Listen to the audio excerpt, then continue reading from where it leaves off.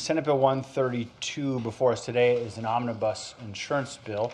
It's not as large as some omnibus insurance bills have in the past, but it is a bit lengthy, and so I will wave my notes around a little bit as I refer to them.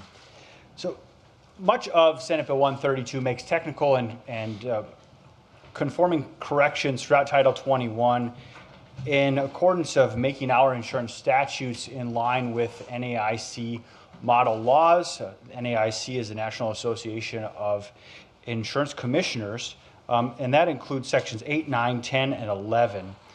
Also, we are updating licensing statutes to conform and ensure uniformity and reciprocity with other states.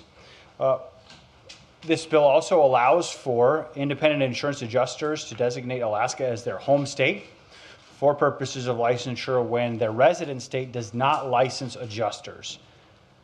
Adjusters licensed under this authority will have to follow other Alaska resident requirements, including fingerprinting and continuing education. This bill levels insurance policy premium taxes, making sure that those are leveled accordingly for wet marine insurance and transportation policies.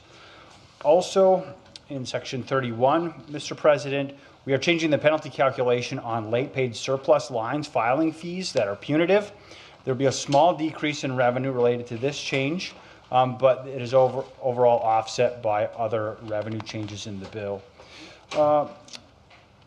Overall, the fiscal note for this bill is slightly over $100,000.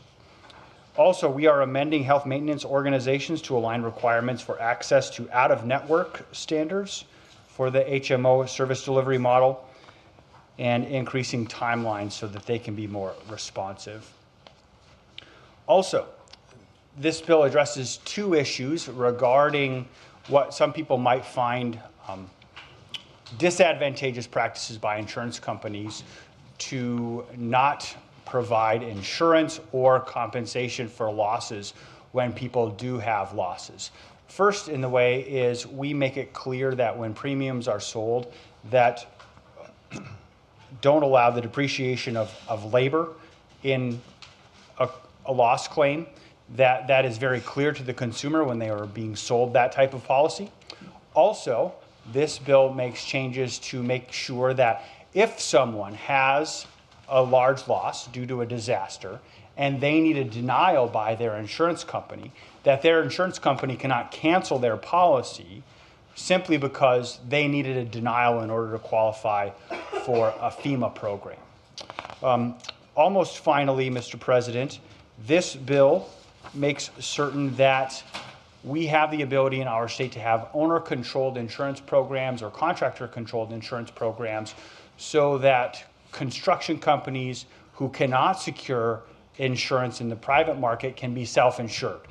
And this is especially advantageous for folks who want to build multi-dwelling housing units and other larger construction programs. Finally, Mr. President, this bill puts under the regulation of our Division of Insurance extended warranty programs that are sold on cars.